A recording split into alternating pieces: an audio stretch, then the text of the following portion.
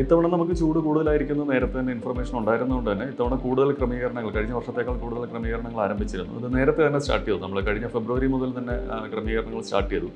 Open എൻക്ലോഷേഴ്സിൽ മിസ്റ്റാണ് വെച്ചേക്കുന്നത്. അതായത് വെള്ളം സ്പ്രേ ചെയ്യുന്നത്, പുക പോലെ വെള്ളം സ്പ്രേ ചെയ്യുന്ന ഒരു സംവിധാനമാണ്. ചെറിയ എൻക്ലോഷേഴ്സിനകത്ത് സ്പ്രിംഗ്ലേഴ്സ് വെച്ചിട്ടുണ്ട്. വെള്ളം ചീറ്റുന്ന ഒരു സംവിധാനം തന്നെയാണ് അതും. ബാക്കി എല്ലാ കൂടുകളിലും 24 hours വെള്ളം ഉറപ്പാക്കുന്ന രീതിയിലുള്ള സംവിധാനങ്ങൾ ഉണ്ടാക്കിയിട്ടുണ്ട്. വേനലാണെങ്കിലും നമുക്ക് ഉള്ള ഒരു അഡ്വാൻറ്റേജ് എന്ന് പറയുന്നത് നമുക്കിവിടെ സ്വന്തമായിട്ടൊരു നാച്ചുറൽ പോണ്ട് നമുക്കുണ്ട്. അപ്പോൾ അതിനകത്തുനിന്ന് വെള്ളം നമുക്ക് ഇതുപോലത്തെ ആവശ്യങ്ങൾക്ക് വേണ്ടിയിട്ട് ഉപയോഗിക്കാൻ സാധിക്കുന്നുണ്ട്. അതിന് പുറമെ വാട്ടർ അതോറിറ്റിയുടെ വെള്ളം ഉപയോഗിക്കുന്നുണ്ട്. പിന്നെ ഫീഡിംഗ് ടൈമിൽ കുറച്ച് മാറ്റം വരുത്തിയിട്ടുണ്ട്. രാവിലെ 10:30 മുമ്പും വൈകുന്നേരം 3:30 ശേഷവും മാത്രമാണ് ഫീഡിംഗ് ഇപ്പോൾ ചെയ്യുന്നത്.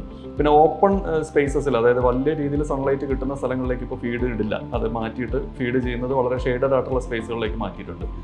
പിന്നെ ഹെർബിവോഴ്സിൻ്റെ ഫീഡിലാണെന്നുണ്ടെങ്കിൽ നമ്മൾ സക്കുലൻ്റ് ആയിട്ടുള്ള ഫ്രൂട്ട്സ്, ഇപ്പോൾ തണ്ണിമത്തൻ, വെള്ളരിക്ക അതുപോലുള്ള ഫ്രൂട്ട്സ് കൂടുതലായിട്ട് ഉൾപ്പെടുത്തുന്നുണ്ട്.